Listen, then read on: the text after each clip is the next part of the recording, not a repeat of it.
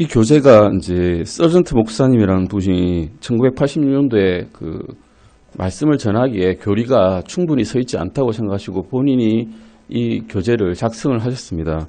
이 교재는 1980년 이후로 만들어진 이후로 꾸준하게 쓰여 있고 지금 많은 교회에서도 미국 특히 남침례 교회에서 많이 쓰이고 있는 교재로 아주 교리의 기초를 제공하는데 충실하게 작성이 되어 있고 스스로 자습하기에도 잘 되어 있는 교재입니다. 각 문항에 대해서 빈칸이 나와 있고 빈칸에 본인이 옆에 있는 성경 구절을 찾아서 빈칸을 채우시면 될 수 있는 그런 아주 간단한 구조로 되어 있지만 말씀이 강력하게 되어 있습니다. 앞에 첫 장부터 보시겠습니다. The ABC of Christian Growth에서 A to G Guide for Christian Discipleship 해가지고 그리스도인이 성장을 하기 위해서 알아야 될 그 기초들, ABC라면 기초죠. 우리가 영어를 배울 때 ABC부터 배우니까 그 기초들을 충분히 확립해 주기 위해서 이런 제목을 쓰셨습니다. 두 번째, 목사님께 드리는 걸 이렇게 쭉 되어 있지만 목사님께 드리는 거는 목사님 들으시면 되겠죠. 우리가 볼 필요는 사실 많이 있지 않고 인도자를 위한 비결인데 제가 이제 어제 쭉 읽어봤습니다. 그 중에서 이제 5번 보시면 모든 것들을 반복하십시오라고 적혀 있습니다. 모든 것을 반복하십시오라는 말이 3번 나옵니다. 모든 것을 반복하십시오. 모든 것을 반복하십시오. 모든 것들을 반복하십시오 되어 있습니다. 이 반복하는 것이 성경적으로도 기초가 되어 있습니다. 빌립보서 3장 1절에서 바울은 빌립보 교회 교인들에게 이렇게 말했습니다. 끝으로 나의 형제들아 주를 기뻐하라. 너희에게는 같은 것을 쓰는 것이 참으로 내게는 부담이 되지 아니하며 너희에게는 안전하니라라고 말씀하셨습니다. 바울은 같은 이야기를 아마 빌립보 교인들에게 자기가 떠나오기 전에 많이 했을 것입니다. 그런데 또 똑같은 그것을 빌립보 교인들에게 썼습니다. 성경의 기초에 대해 쓴 거죠. 부활에 대해서 예수님께서 우리의 죄로 인해서 돌아가시고 또 부활하셨다는 사실을 끝없이 반복해서 말씀해 주셨습니다. 그것이 전하는 사람에게도 부담이 안 되고 듣는 사람에게는 안전을 가져다 준다는 것입니다. 그래서 이 교재를 한번 읽으시고 버리지 마시고 한번 읽으시고 다음날 또 보시고 다음날 또 보시면 더 큰 은혜가 될 것으로 생각합니다. 그 다음 페이지 보시면 이 과정을 이수한 선배로서 드리는 도움의 말이라는 것이 있습니다. 이 과정을 우리는 한번 이수한 적이 있는 사람들이 있습니다. 실제로. 물론 기억이 나진 않습니다. 다 외울 수는 없고 다 암기가 되지 않기 때문에 하지만 이 공과를 이수했을 때 우리가 느꼈던 것은 이것입니다. 거듭난 사람들이 신앙의 기초를 달릴 수 있었습니다. 그리고 하나님의 말씀의 비단에서 주님과 동행하기 시작하는데 도움이 되었습니다. 하나님의 말씀이 우리에게 들어와서 그 말씀이 우리와 함께 생활할 때 빛을 발할 수 있도록 도와주었습니다. 실제로. 우리는 이 공과를 통해서 저 같은 경우는 능력이 없음에도 불구하고 다른 분들이 성장할 수 있는데 도움이 되기를 바랍니다. 목사님께서 그리고 이 말씀을 모르는 구절이라든가 어려운 구절이 있을 때는 저도 목사님께 도움을 청할 것입니다. 그리고 저도 아는 분야까지는 말씀을 드리고 도와드리겠습니다. 하지만 제일 중요한 것은 본인이 알아내시는 것이죠. 사실은 공부란 것이 다 그런 것입니다. 내가 알려준다고 다른 사람이 알려준다고 해서 도움이 되진 않고 결국 자신이 찾아내야만 도움이 됩니다. 아래 빈칸을 한번 나중에 교재를 가지고 계신 분들은 채워넣어 보십시오. 이게 도움이 됩니다. 제가 예전에 이 교재를 처음 받았을 때 적어놓은 글이 아직도 이 책에 나와 있습니다. 적혀 있습니다. 예전에 책에 적어놓은 건데 언제 구원받았냐? 저는 제가 군대에 있을 때 군의관 3년차 때 구원을 받았습니다. 76사단이라고 하는 그곳에서 한적한 곳에 주님과 아주 같이 생활할 수 있는 좋은 환경에서 구원을 받았습니다. 어디냐? 강원도에서 받았습니다. 이런 걸 적어놓으니까 이게 기념이 됩니다. 침례는 여기서 받았습니다. 저는 침례는 등대 성도 침례교회에서 받았습니다. 목사님, 강찬진 목사님 계시겠죠? 저는 레드먼 목사님 계실 때 침례를 받았습니다. 다른 분들이 도와주시는 분들의 이름을 적어주시면 이것이 기념이 될 것입니다. 이 공과라는 것은 공적인 공부죠. 이 공적인 공부를 시작하기 전에 기억해야 될 점을 한번 쭉 읽어보겠습니다. 소음이나 주위를 산만하게 하는 것들로부터 떨어져 있는 조용한 장소를 찾아서 공부하십시오. 시끄러운 곳보다는 훨씬 낫습니다. 공부를 시작하기 전에 제일 중요한 것입니다. 기도를 해야 됩니다. 이 하나님의 말씀이 이해할 수 있도록, 이해될 수 있도록 도와달라고 주님께 구하십시오. 그런데 방해가 많습니다. 저도 공부해보니 방해가 많더라고요. 공부를 다 끝마치지 못하도록 사탄이 방해를 합니다. 그런데 방해를 하지 못하도록 내버려 두지 않겠다고 결심을 하셔야 됩니다. 그리고 전체 과정을 끝마치기 위해서 개인적인 목표를 세우십시오. 하루에 한 페이지 보겠다. 좋은 목표입니다. 하루에 반 페이지 보겠다. 그것도 좋은 목표입니다.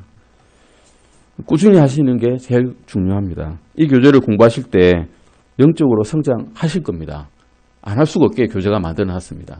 그래서 마치기만 하면 내가 공부를 하기 전보다는 훨씬 영적으로 분별이 되어 있구나라는 것을 느끼게 되실 것입니다.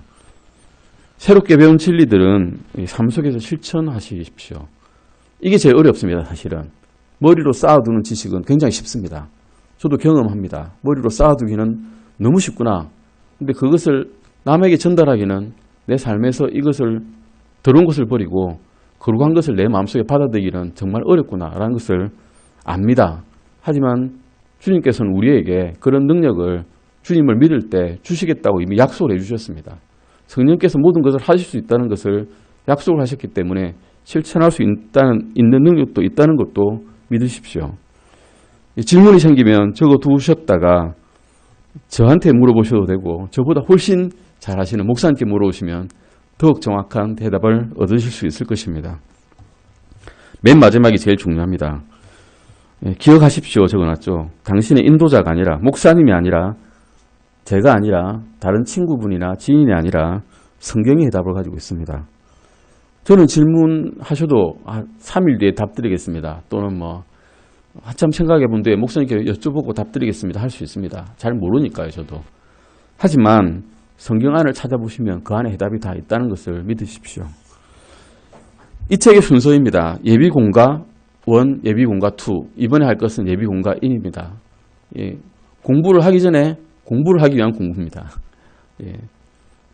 필요한 겁니다. 공부를 하기 위한 공부. 우리의 마음 자세가 어떻게 되어 있어야 되느냐를 내 상태가 지금 어떠냐. 그걸 보는 겁니다. 예비공과 1가를 잠깐 보시겠습니다. 1페이지입니다. 이제 시작입니다. 1페이지입니다. 1페이지 찾아보십시오. 이 책의 순서 다음에 예비공과 1가가 있습니다. 자, 예비공과 1가의 제일 첫 번째 제목은 무엇입니까? 구원은 내게 어떤 의미가 있는가? 입니다. 여러분에게 그리고 저에게 구원은 어떤 의미가 있었습니까? 쭉 보시면 관련 성경들을 찾아서 성경에 있는 단어들로 빈칸을 채우는 것입니다. 채우기 굉장히 쉽게 되어 있습니다. 성경을 읽으면 채울 수 있습니다. 색인도 있고 우리 성경에는 찾기 쉽습니다. 구원은 내게 어떤 의미가 있었는지를 잠깐 보겠습니다. 과거의 나와 하나님께서 내게 약속해 주신 것은 무엇인가, 또 내가 구원을 받고 한 것은 무엇인가, 하나님께서 내게 해주신 것은 무엇인가를 볼 것입니다. 첫 번째, 과거의 나는입니다. 과거의 나는 에베소서 2장 1절 한번 보실까요? 에베소서 2장 1절입니다. 에베소서 2장 1절 찾아보십시오. 지금부터는 성경을 다 찾는 것입니다. 말씀의 진리를 찾아보는 것이 중요합니다. 정말 그러는지 베레아 교인들은 다 찾아보았습니다. 정말로 바울이 말한 것이 맞는가, 성경에 다 적혀 있는가 다 찾아보았습니다. 에베소서 2장 1절 같이 읽어보시겠습니다. 또 그분께서 범법과 죄들 가운데서 죽었던 너희를 살리셨도다. 그러면 범법과 죄들 가운데서 영적으로는 우리는 어땠습니까? 죽었었다라고 답이 나옵니다. 우리는 죽었었던 존재입니다. 물론 살아있었죠. 육체적으로는 다 살아있었습니다. 그런데 하나님 보시기에 너희는 죽었다라고 말씀하셨습니다. 뭐 때문에? 범법과 죄들 때문에. 우리는 죄를 한 번도 안 지은 사람이 아무도 없습니다. 물론 죄를 의식하지 못한 어린애들은 있겠죠. 갓난아이들, 영아라고 하죠. 1세까지. 죄를 인식하지 못하기 때문에 모릅니다. 하지만 인식하기 시작한 때부터 대략 성경에는 한 6세 정도라고 이야기합니다. 대략. 죄가 무엇인지를 인식하기 시작한 그때부터는 죄를 알게 되고 난 다음부터는 죄를 짓게 됩니다. 뭔가 위협을 하면 거짓말을 하게 되고 내가 불리할 것 같으면 도망을 가든지 다른 불법을 저지르게 되어 있다는 것입니다. 우리는 그랬습니다. 범법과 죄들 가운데서 영적으로 죽었던 사람들입니다. 요한복음 3장 18절 보시겠습니다. 요한복음 3장 18절 말씀입니다. 같이 읽으시겠습니다. 그를 믿는 자는 정죄를 받지 아니하거니와 믿지 않는 자는 하나님의 독생자의 이름을 믿지 아니하였으므로 이미 정죄를 받았느니라. 우리는 과거에 이미 정죄를 받았습니다. 정죄가 어떤 것입니까? 하나님의 진노가 우리 머리 위에 있는 것입니다. 너는 네가 뭐를 하든 간에 이미 죄인이기 때문에 정죄를 받을 거야 라가 아니라 너는 이미 그 상태로는 구원을 받지 못해. 너는 천국에 못 와. 너는 그 상태로만 계속 가면 주 예수 그리스도를 믿지 않으면 그냥 지옥에 가는 거야. 이미 그냥 가는 겁니다. 가는 거고 가고 있었고 간 상태란 겁니다. 그것이 이미 정죄를 받았었다는 의미입니다. 요한복음 3장 36절도 찾아보시겠습니다. 요한복음 3장 36절입니다. 같이 읽으시겠습니다. 요한복음 3장 36절입니다. 아들을 믿는 자에게는 영존하는 생명이 있고 아들을 믿지 않는 자는 생명을 보지 못하며 도리어 하나님의 진노가 그 위에 머물러 있느니라. 무엇이 내 위에 머물러 있습니까? 과거에 나는 예수님을 믿기 전에는 하나님의 진노가 내 머리에 쌓아놓고 다니는 겁니다. 여러분 숯불을 머리에 이고 다니는 사람 보셨습니까? 아무도 못 보셨죠? 그렇게 못 다닙니다. 근데 숯불을 머리에 이고 다니는 사람이 그거를 못 느끼고 지금 다니고 있는 겁니다. 믿지 않는 자는 지금 그런 상태란 겁니다. 과거의 나는 그리고 지금 믿지 않는 사람들은 이런 상태란 것이죠. 로마서 6장 17절 보시겠습니다. 로마서 6장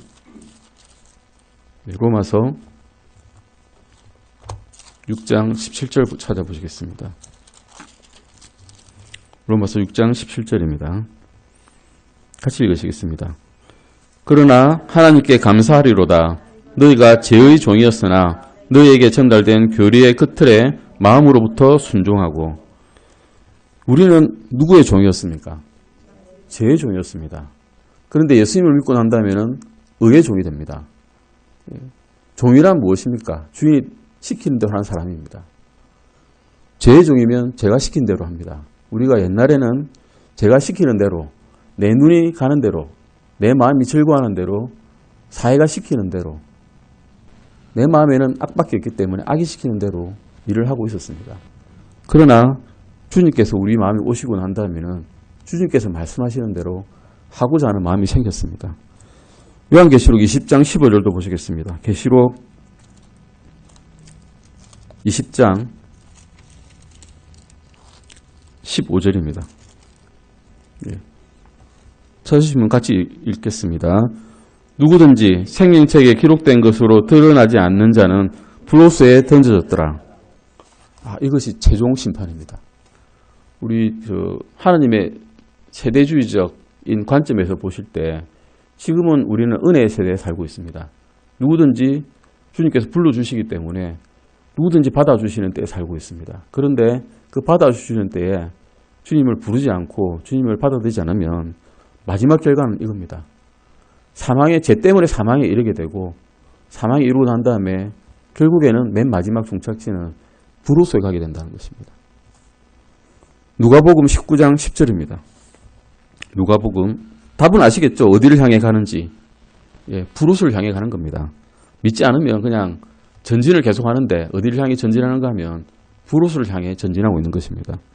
누가복음 19장 10절도 찾아보시겠습니다. 누가복음 19장 10절입니다. 같이 읽으시겠습니다. 사람의 아들은 잃어버린 것을 찾아 구원하러 왔느니라 하시니라. 예, 이 말씀하실 때는 주님께서는 누구를 찾아오셨는가 하면 세리 삭개오를 찾아오실 때였습니다. 세리는 유대인들 중에서는 가장 악랄한 존재였습니다. 유대인들이 생각할 때는. 왜냐하면 로마에는 뭐 이방인이라서 그렇다 치더라도 세리는 유대인인 자기를, 같은 종족인 자기를 등쳐먹는 사람이거든요. 그 당시에 세리는 로마에게, 유대인들에게서 세금을 걷어가지고 갖다 바치고 일정 부분을, 남은 부분은 자기 마음대로 쓸 수 있는 사람들이었습니다. 그래서 악랄한 세들이 많았겠죠. 부자가 되기 위해서. 모든 것을 다 착취하고 다 가져가 버리는 사람이 세리입니다. 그래서 유대인들은 세리라 그러면 치를 떨면서 상종도 안 하는 존재였습니다. 그런데 그런 세리에게 예수님이 찾아오신 겁니다. 물론 삭개오가 찾고자 했죠. 그 나무에 올라가서 예수님을 보고자 찾고자 했지만 어쨌든 이런 잃어버린 자에게 찾아오신, 유대인들에게는 쳐다보지도 못할 그런 직업을 가진 삭개오에게 찾아오신 예수님이었습니다. 우리도 똑같았습니다. 예전에는 아무도 우리에게 이런 말씀을 해준 적이 없습니다. 너는 잃어버린 자야. 내가 너를 찾아서 나의 신부로 삼겠다라고 말씀해 주시면 아무도 없었습니다. 과거에 나는 그랬다는 것입니다. 그런데 하나님께서는 우리에게 또한 이런 복된 약속을 해주셨습니다. 하나님께서 내게 약속하신 것은 로마서 6장 23절 보시겠습니다. 로마서 6장 23절입니다. 로마서 6장 23절 보시겠습니다. 같이 읽으시겠습니다. 죄의 삭은 사망이나 하나님의 선물은 예수 그리스도 우리 주를 통해 얻는 영원한 생명이니라. 주님께서, 하나님께서 내게 약속하신 것은 하나님의 선물인데 그 선물이 무엇입니까? 영원한 생명입니다. 영원한 생명을 주시겠다라고 약속을 하셨습니다. 골로새서 1장 14절도 보시겠습니다. 골로새서 1장 14절 보시겠습니다. 골로새서 1장 14절입니다. 골로새서 1장 14절입니다. 같이 읽으시겠습니다. 그분 안에서 우리가 그분의 피를 통해 구속, 곧 죄들의 용서를 받았도다. 우리는 무엇을 약속받았습니까? 죄들의 용서를 약속받았습니다. 죄들을 용서해 주겠다라고 약속해 주신 겁니다.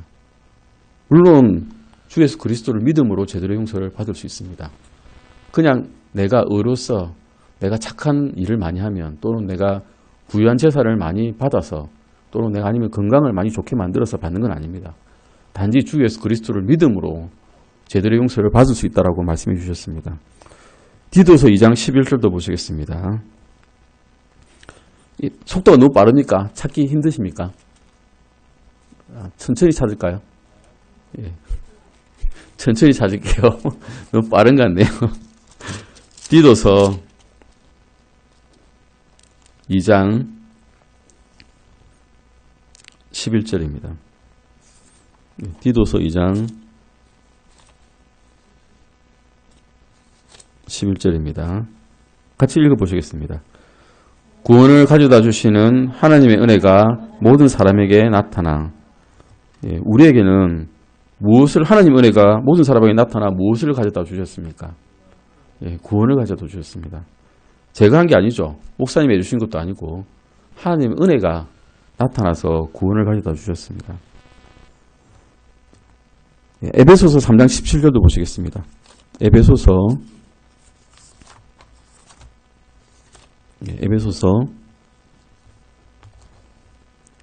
3장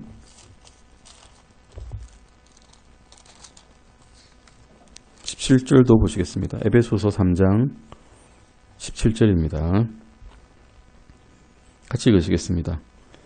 믿음을 통해 그리스도께서 너희 마음속에 거하게 하시고 또 너희가 사랑 안에서 뿌리를 내리고 털을 잡아. 에베소서 3장 17절 말씀에서 그리스도께서는 내 마음속에 어떻게 하신다고요? 거하신다는 겁니다. 하나님께서 약속해 주신 겁니다. 주 예수 그리스도를 믿기만 하면 하나님께서는 주 예수 그리스도께서 내 마음에 거하시는데 누가 거하실까요? 성령님이 거하시죠. 성령님께서 내 마음에 거하시는데 그 거하시는 말씀, 거하실 때 말씀을 우리에게 주시는데 의도적으로 무시할 때가 있습니다. 무시를 하죠, 사실은. 내가 어떤 결정을 할 때 예수님께서는 이렇게 하라 하시는데 주님 잠깐만요. 제가 그것보다는 더 잘 알거든요. 하고 싹 비껴납니다. 잠깐만요. 제가 제 말 좀 할게요. 라고 합니다. 그럴 때가 많습니다. 매일매일 회개할 수밖에 없는 상황인데 주님께서 그 말씀을 주실 때 순종하면 결과적으로는 우리에게 복이 됩니다. 그런데 거절하면 뭐가 될까요? 그 죄죠, 그게. 거절하는 게. 죄의 삭은 무엇일까요? 사망입니다. 고린도 교회에서 죄를 지은 사람에게는 바울이 기도할 때 빨리 죽게 하겠다고 했습니다. 내가 기도해서 빨리 죽게 하겠다. 그리스도인조차도, 믿는 사람조차도 죄를 지으면 사망에 이른다고 성경에는 기록되어 있습니다. 말씀을 받을 때는 또한 마음으로 받아야 된다는 것도, 이 마음속에 거하신다는 것을 들을 때 마음으로 받는다는 것을 지식으로 받는 게 아니고요. 머리로 받는 게 아니라 마음으로 받는다는 것을 말씀해 주시고 계십니다. 에베소서 3장 19절도 보실까요? 바로 뒤에 있습니다. 3장 19절입니다. 에베소서 3장 19절입니다. 같이 읽으시겠습니다. 지식을 뛰어넘는 그리스도의 사랑을 알아 하나님의 모든 충만하심으로 충만하게 되기를 구하노라. 지식을 뛰어넘는 것입니다. 이것은 우리가 상식적으로 생각할 때 아니면 과학적으로 생각할 때라는 것은 이제 통용되지 않는 것입니다. 그것은 주님께서 말씀하심으로써 도저히 이제 우리가 받아들일 수 없는 것이 이제 돼버리는 것이죠. 그리스도의 사랑은 완전한 사랑이고 또 큰 사랑입니다. 죽음보다 큰 사랑이죠. 주님께서 사람이 되시고 또 제가 저주가 되셔서 죽으신 유일한 이유는 우리를 사랑하시기 때문입니다. 요한복음 15장 11절도 약간 보시겠습니다. 요한복음 15장 11절입니다. 요한복음 15장 11절입니다. 요한복음 15장 11절입니다. 같이 읽으시겠습니다. 내가 너희에게 이 일들을 말한 것은 내 기쁨이 너희 안에 머물러 있어 너희 기쁨이 충만하게 하려 함이니라. 우리에게 약속하신 것은 무엇입니까? 예수 그리스도의 기쁨을 약속하셨습니다. 저의 기쁨을 약속한 게 아니라, 목사님의 기쁨을 약속한 게 아니라, 다른 사람들의 기쁨을 약속한 게 아니라 예수 그리스도의 기쁨을 너에게 주겠다라고 약속하셨습니다. 잘 이해는 안 되죠. 예수 그리스도의 기쁨이 어느 정도 크긴지 우리는 알 수가 없거든요. 그런데 그것을 우리 마음속에 성령으로 주셔서 그 기쁨을 너에게 주겠다라고 하셨습니다. 예수님께서 우리를 보실 때 기뻐하신다. 우리가 어떻게 해야 기뻐할까? 그러지 않습니다. 구원받고 살아가면 해도 기뻐하신다는 거죠, 사실은. 빌립보서 4장 7절입니다. 빌립보서 4장 7절도 읽어보시겠습니다. 빌립보서 4장 7절입니다. 같이 읽으시겠습니다. 그리하면 모든 이해를 뛰어넘는 하나님의 평강이 그리스도 예수님을 통해 너희 마음과 생각을 지키시리라. 아멘. 감사와 더불어 기도할 때 감사와 더불어 하나님께 알리면 모든 이해를 뛰어넘는 하나님의 평강이 그리스도 예수님을 통해 너희 마음과 생각을 지키신다고 하고 있습니다. 무엇을 지키시는가 하면 마음과 생각을 지켜주시는 거죠. 나쁜 마음과 나쁜 생각, 내가 이렇게 하면 나쁜 마음을 탁 품고 이렇게 할 거야 라는 그런 나쁜 마음, 머리를 싹 굴려가지고 이렇게 하면 잘 되겠지 하는 나쁜 생각, 이거 다 지켜주신다는 겁니다. 무엇이 하나님의 평강이 평강과 더불어서 하나님에서 마음 편하게 해주시는 거죠, 한마디로. 기도를 함으로써 모든 이해를 뛰어넘는 하나님의 평강이 우리의 나쁜 마음과 나쁜 생각을 지켜주신다라고 약속을 이렇게 하셨습니다. 그러면 나는 무엇을 했나? 주님께서 이런 큰 은혜를 주셨으니 나도 뭔가 좀 해야 되지 않겠나? 하고 이제 생각을 하죠. 그래서 내가 한 건 뭘까 찾아봅니다. 로마서 10장 13절입니다. 로마서 10장 13절입니다. 예, 같이 읽으시겠습니다. 누구든지 주의 이름을 부르는 자는 구원을 받으리라. 너무 간단하지 않습니까, 이거? 구원받는데 이거 간단하면 안 되는데. 이런 생각이 듭니다. 뭔가 좀 복잡한 거 하고 더 거창한 일을 해야 구원을 받을 것 같은데. 근데 성경에는 이렇게 딱 기록됐습니다. 누구든지 주의 이름을 부르는 자는 구원을 받으리라. 너무 간단해서 못 믿는 겁니다. 이제는. 일이 간단한데 왜 다른 사람이 안 믿지? 이건 이럴 리가 없어. 더 복잡한 게 뭔가 있을 거야. 내가 뭔가 좀 더 성경을 더 열심히 공부하고 암기를 좀 더 많이 하고 교회에서 봉사를 좀 더 많이 하고 착한 일을 더 해야 구원받을 거야 라고 생각이 쉬운데 성경에서는 절대 그렇게 말씀하지 않습니다. 그냥 믿고 주님의 이름을 부르면 구원받는다라고 하고 계십니다.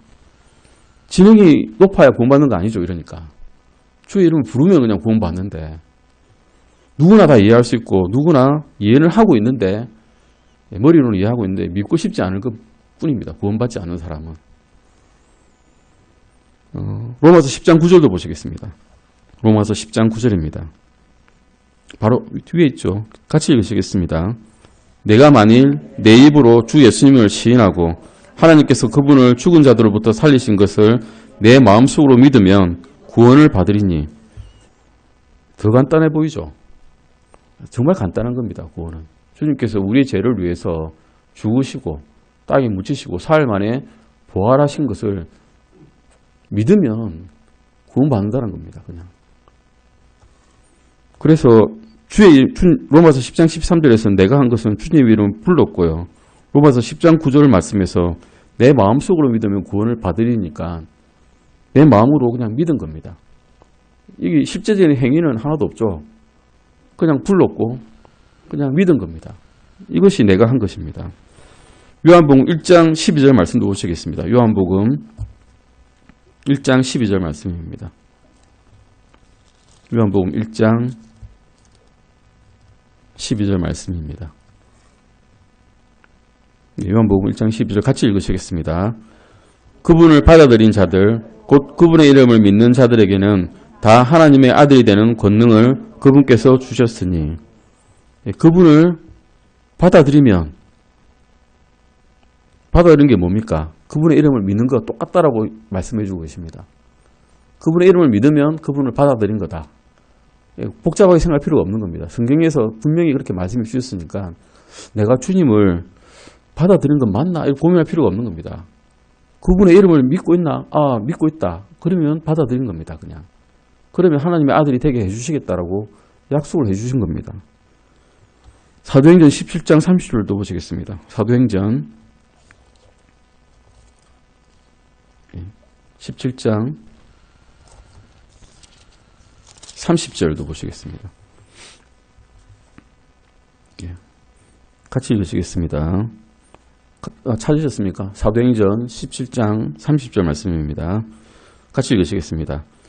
하나님께서 이같이 무지하던 때를 눈감아 주셨으나 이제는 모든 곳에서 모든 사람에게 회개하라고 명령하시나니. 회개는 어떤 때 일어난가 하면 마음이 찔릴 때 일어납니다. 내 마음이 뭔가 내가 잘못한 것 같은데 다시 내 돌이켜야 되겠다라고 생각할 때 그게 회개입니다. 회개는 영어적 성경으로는 표현으로는 가는 길을 가다가 180도 돌려서 돌아갈 때를 회개라고 합니다. 완전히 다른 길로 가는 거죠. 가던 길, 지옥으로 가는 길을 돌려서 돌아서 천국으로 가는 겁니다. 이제는. 그것이 회개입니다. 후회가 아닙니다. 가던 길 가다가 내가 저 길 갈 거 후회하면서 그냥 계속 가던 길 가는 게 회개가 아니고 이제는 내 마음이 바뀌어서 행동과 생각까지 다 바뀌는 겁니다. 생각이 바뀌면서 행동도 같이 바뀌어서 반대로 돌아가는 것이 회개라고 정의되어 있습니다. 이것이 회개한 겁니다. 내가 한 것은 주님의 이름을 불렀고 주님을 믿었고 그리스도를 영접했고 내 죄를 회개한 것. 다 마음속에 일어난 것뿐입니다. 실제로 내가 뭔가 운동장에서 뛰고 달리고 이런 거 없었습니다. 내가 한 건 이것밖에 없다는 거죠. 사실은. 다음 페이지 2페이지 보시겠습니다. 그러면 하나님께서 이렇게 내가 회개했을 때 하나님께서 해주신 것은 무엇일까? 로마서 3장 24절 보시겠습니다. 로마서 3장 24절 찾아보시겠습니다. 로마서 3장 24절입니다. 로마서 3장 24절 같이 읽으시겠습니다. 그리스도 예수님 안에 있는 구속을 통해 하나님의 은혜로 값없이 의롭게 되었느니라. 사실은 여기에 빈칸에는 뭐가 들어가겠습니까? 예, 은혜로 값없이 나를 의롭게 하셨습니다 라고 말씀하시는데 제가 사실은 더 은혜롭게 받는 말은 값없이입니다. 내가 한 게 하나도 없는데 그냥 공짜로 해주신 겁니다. 공짜로. 이거는. 근데 공짜는 공짜인데 대가를 치르셨죠. 사실은 하나님께서. 누구를 대가로 치르셨습니까? 예수님을, 자신의 유일한 독생자이신 예수님을 십자가에 매달려가지고 그 고통을 당해 하시고 피를 엄청나게 흘리게 하셔가지고 그 아들의 참혹 환경을 눈 뜨고 못 봐서 눈도 감으시고 하늘을 깜깜하게 하시고 이 대가를 치르신 겁니다. 값이 없는 게 아니라 값을 헤아릴 수 없게 치르신 거죠. 사실은. 요한계시록 1장 5절입니다. 요한계시록 1장 5절 보시겠습니다. 요한계시록 1장 5절입니다. 요한계시록 1장 5절 같이 읽으시겠습니다. 찾으셨습니까? 아직 못 찾으신 분 있으면 천천히 하겠습니다. 요한계시록 1장 5절 찾은 대로 읽으시겠습니다. 또 신실한 증인이시오 죽은 자들 중에서 처음 나신 분이시며 땅의 왕들의 통치자이신 예수 그리스도로부터 은혜와 평강이 너희에게 있기를 원하노라. 우리를 사랑하사 자신의 피로 우리 죄들에서 우리를 씻으시고, 하나님께서는 우리의 죄들에서 우리를 어떻게 하셨습니까? 씻어주셨습니다. 씻으셨습니다. 이거는 워시드라고 되어 있죠. 깨끗하게 씻어주신 겁니다. 우리는 사실은 하나님 눈에서 보시기에는 구원받기 전에는 죄들로 얼룩덜룩 이렇게 져 있는 그런 사람이었고, 이사야서에서도 너의 은은 누더기 같다고 하셨습니다.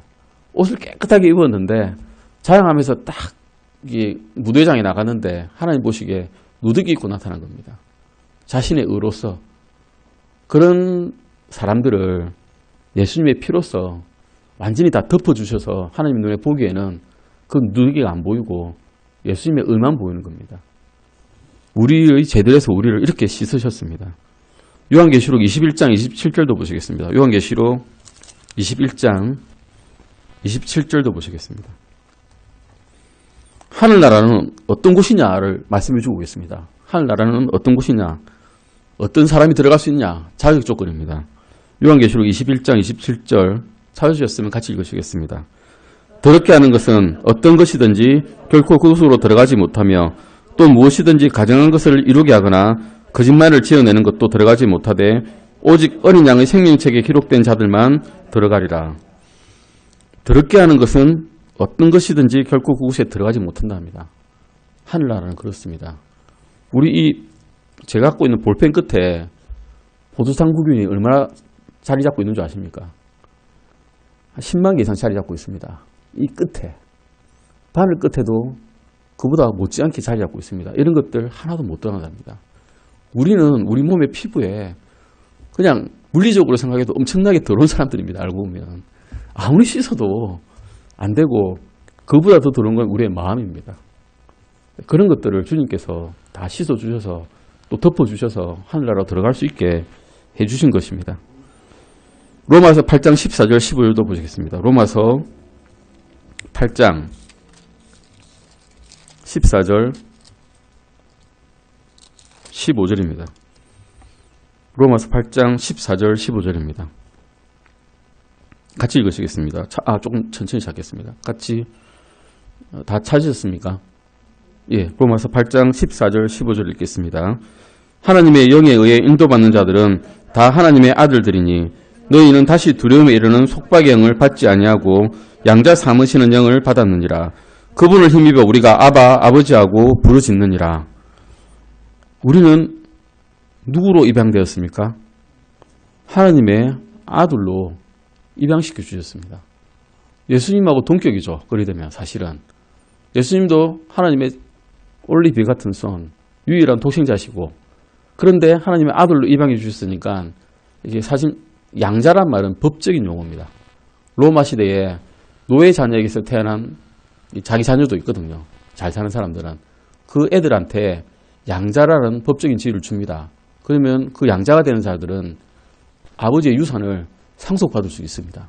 넌 노예니까 안 돼. 조선시대처럼 그거 아닙니다. 넌 서자니까 안 돼. 이런 거 없습니다. 로마 시대에는 양자되면 그 아버지의 재산을 균등하게 배분받을 수 있었습니다. 이런 용어를 바울은 로마인이었기 때문에 알았습니다. 그래서 양자된다는 말을 해주신 겁니다. 에베소서 1장 6절도 보시겠습니다. 에베소서 1장 6절입니다. 에베소서 1장 6절 말씀입니다. 에베소서 1장 6절입니다. 찾으셨습니까? 자, 찾으셨으면 에베소서 1장 6절 읽으시겠습니다. 자신의 은혜의 영광을 찬양하게 하셨느니라. 그 은혜 안에서 그분께서 그 사랑하는 자 안에서 우리를 받아주셨으니, 그 사랑하시는 자 누구실까요? 예수님 안에서 우리를 받아주신 겁니다. 놀라운 일입니다. 도저히 받을 수 없는 자를 예수님 안에서 받아주신 겁니다. 그렇게 받아주신 자를 고린도전서 6장 11절에서는 또 이렇게 만들어주셨습니다. 고린도전서 6장 11절입니다. 고린도전서 6장 11절 말씀입니다. 네, 고린도전서 6장 11절입니다. 예전에 제가 이 교재 처음 시작할 때, 배울 때 너무 찾는 게 많아서 힘들었습니다. 너무 빨리 막 지나가더라고요. 앞에 제가 배울 때는 에즈라 형제님한테 배웠는데 지금 안 계시지만 그 형제님도 영어로 이제 하는데 영어니까 더 못 찾겠죠. 우리는 한글로 찾아도 어려운데 영어로 하니까 더 힘들더라고요. 눈에 안 들어오고 좀 빨리빨리 가는 경향이 좀 있습니다. 하다 보면 죄송합니다. 고린도전서 6장 11절 같이 읽겠습니다. 너희 중에 이 같은 자들이 들어 있었으나 너희가 우리 하나님의 영을 통해 주 예수님의 이름으로 씻기고 거룩히 구별되어 의롭게 되었느니라. 아멘. 주님께서는 이게 거룩히 구별되게 우리를 이렇게 만들어 주셨습니다. 구별된다는 말은 sanctify라고 되어 있지만 우리나라 말로 정확히 구분하면 따로 떼어놓다라는 말입니다. 따로 떼어놓다는 말은 이건 거룩한 것, 이건 더러운 것 구분 딱 해놓으시는 겁니다. 주님 믿는 순간 너는 거룩한 것이니까 앞으로 거룩히 살아라 하고 딱 떼어놓습니다. 그럼 우리 마음에는 양심이 또 성령님께서 그렇게 살도록 추구하십니다. 명령하시죠. 따르냐 마느냐, 순종하느냐 마느냐는 이제 우리 문제입니다. 하지만 주님께서는, 하나님께서는 분명히 우리를 구원받은 사람을 그렇게 구별해 놓으셨던 겁니다. 고린도후서 5장 17절도 보시겠습니다. 고린도후서 5장 17절입니다. 고린도후서입니다. 후서 5장 17절입니다. 네, 고린도후서 5장 17절입니다. 같이 읽으시겠습니다. 그런즉 누구든지 그리스도 안에 있으면 그는 새로운 창조물이라. 옛것들은 지나갔으니 보라 모든 것이 새롭게 되었도다. 아멘. 주님께서는 우리를 이제 새로운 창조물로 만들어 놓으셨습니다. 우리 옛날에는 더러운 존재였고 죽어서 지옥에 갈 수밖에 없는 그런 존재였지만 이제는 새로운 창조물로서 새로이 걸을 수 있다는 것을 주님께서 분명히 말씀해 주고 계십니다. 근데 새로이 걷느냐 마느냐는 출발점에선 구원을 받은 처음 선 우리는 본인의 선택입니다. 이제는 매일매일이 선택입니다. 오늘은 주님의 말씀을 드려야지 하고 선택하고 갈 수도 있고, 잠깐만 오늘은 내가 좀 일이 바쁘니까 안 되겠어, 주님 잠깐만 계세요 하고 지나갈 때도 많습니다. 하지만 분명한 것은 점점점 더 예수님께로 다가간다는 것입니다. 우리가 설사 그렇게 되고 싶지 않아도 성령님께서는 그렇게 되기를 강건하고 계심을 믿습니다. 오늘은 여기까지 하시고 마지막에 보시면 그 네모표 박스 있죠. 네모표 박스는 성경 읽기 숙제입니다. 숙제라는 거 좀 생소하시죠? 이 교재는 항상 숙제가 있습니다. 한 과를 끝내면 숙제가 있습니다. 근데 숙제가 무리하지 않습니다. 요한복음 1장 12절 외우십시오입니다. 요한복음 읽으십시오. 요한복음 1장 12절 외우십시오입니다. 요한복음 다 읽고 1장 12절 하나 외우는 것은 어렵지 않겠죠. 근데 쌓이다 보면 상당한 숙제가 됩니다. 요한복음 1장 12절 한번 찾아서 보실까요? 요한복음 1장 12절입니다. 요한복음 1장 12절. 기쁜 소식입니다. 같이 읽어보시겠습니다. 그분을 받아들인 자들, 곧 그분의 이름을 믿는 자들에게는 다 하나님의 아들이 되는 권능을 그분께서 주셨으니. 아멘. 이 교재가 정말 잘 구성되어 있고 또 산수로만 나가면 성장되게 되는 교재지만 안 읽으면 소용이 없습니다. 잘 찾아보시고 매일매일 하루 한 페이지도 괜찮고 반 페이지도 괜찮습니다. 예습을 하셔도 되고 복습을 하셔도 됩니다. 따로 하루에 한 10분에서 20분 정도 시간 내셔서 찾아보시면 큰 도움이 되실 겁니다. 기도하시고 마치시겠습니다.